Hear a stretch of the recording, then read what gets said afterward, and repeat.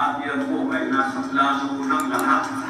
Amin po ay galing sa namin yung mga kauban na naman, mga pangyarihan sa direksyon ibibigay niya sa akin na tayo ay manihulog-hulog bilang senador at isang araw ay baka mataas pa riyan para makita sa mga ay nalulungin ang katanungan sa bansang sekular ng Pilipinas.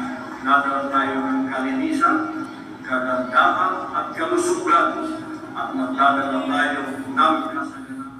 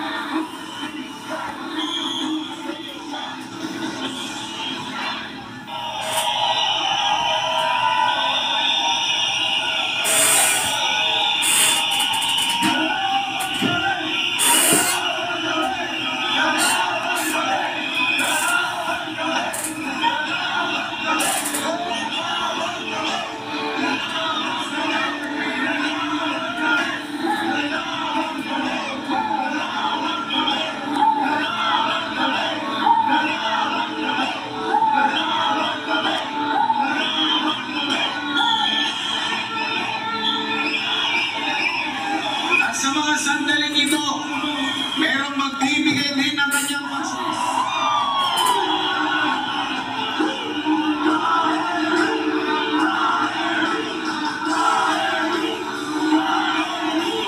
Grabe.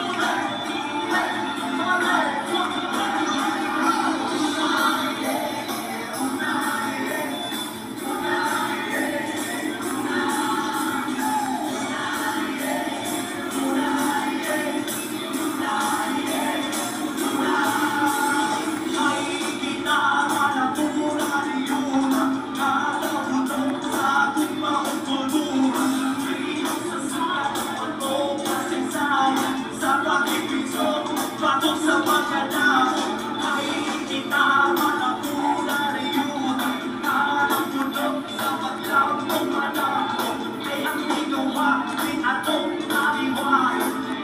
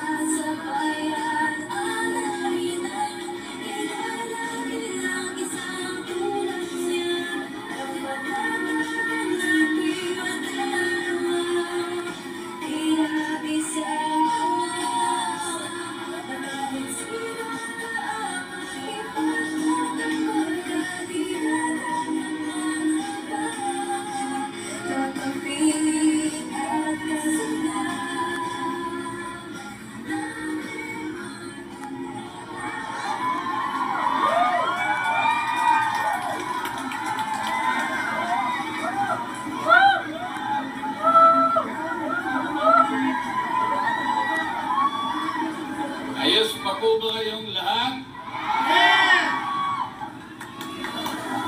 Kayo ba ay binayaran para pumunta sa rallying ito?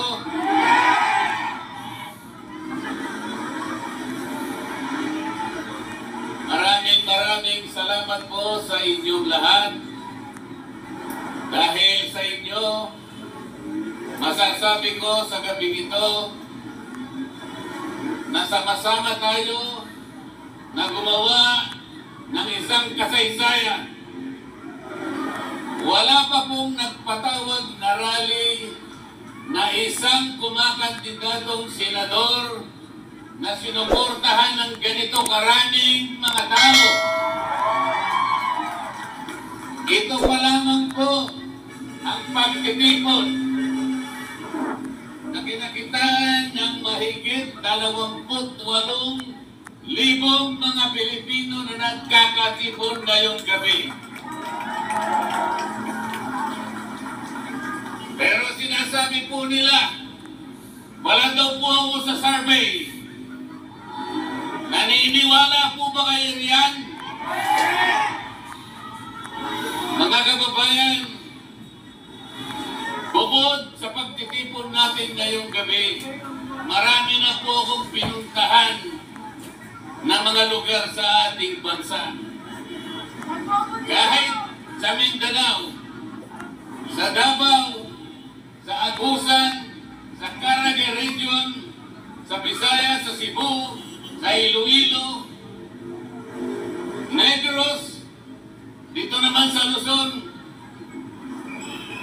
Batangas, Laguna, Quezon, Rizal, Cavite. Napakainit po ng pagtanggap ng ating mga kababayan. Sa gabing ito, marami rin pong galing sa iba't ibang lugar. Hindi ko po alam kung paano ko kayo pasasalamatan. Ang tanging nalalaman ko lamang po, kayo'y nakikiayon upang gumawa tayo ng isang bagay para sa ating bansa. Napakahirap po ng kalagayan ng ating bansa ngayon. Ang presyo po ng pangunahing bilihin, halos hindi na po kayang abutin ng marami nating kababayan. Lalong-lalo na po yung presyo ng pagkain. Ang buong akala ko po, nung gumawa yung kongreso ng Quadcom, ang buong akala ko po, ay gagawin namin ang dapat namin gawin. Halimbawa, dahil sa problema at hamon sa ating bansa, akala ko ang uunahin namin kung paano natin